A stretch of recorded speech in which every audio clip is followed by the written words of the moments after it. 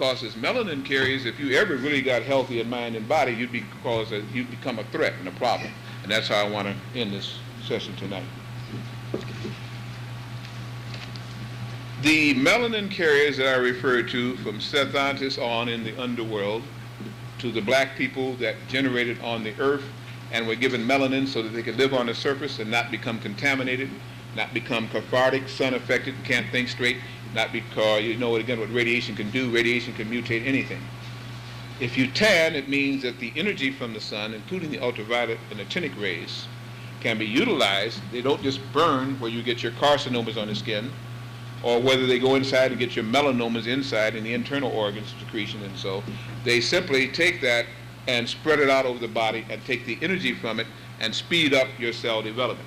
So when you're exposed to radiation fields and you can tan, you speed up your thinking ability. You speed up your health process. Things speed up for you. And you become a mutation, but a nice mutation. I mean by that, most of us are mutated or we'd be dead, considering what we're exposed to. That's a whole lecture on itself too. Electronic diseases, genealogicals, it goes on and on. So we are already mutants. But now we're understanding the mutation may not be bad because the planet is changing. And you have to change as an organism on the planet, a friendly organism. As the planet changes, you have to adapt and change. It is the unfriendly ones who are stayed and sure that they're going to stop progress of this planet, that are fighting to retard its progress and trying to do everything they can to kill off its natural species, that the problem comes with.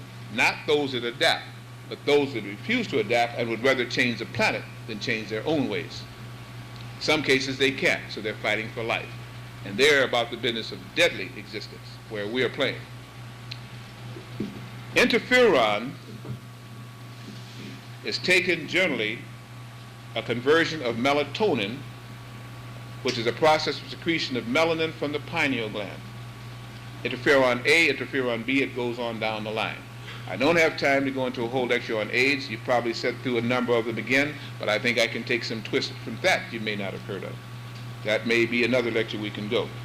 But even with Kimron and Immunex that they're using for AIDS, it's still a derivative in the basically of either interferon or plant secretions, herbals again from Africa and other continents that have had a long history of taking care of radiation, that give off certain things which cause the immune system, the pineal pituitary complex, and the thymus gland to work better.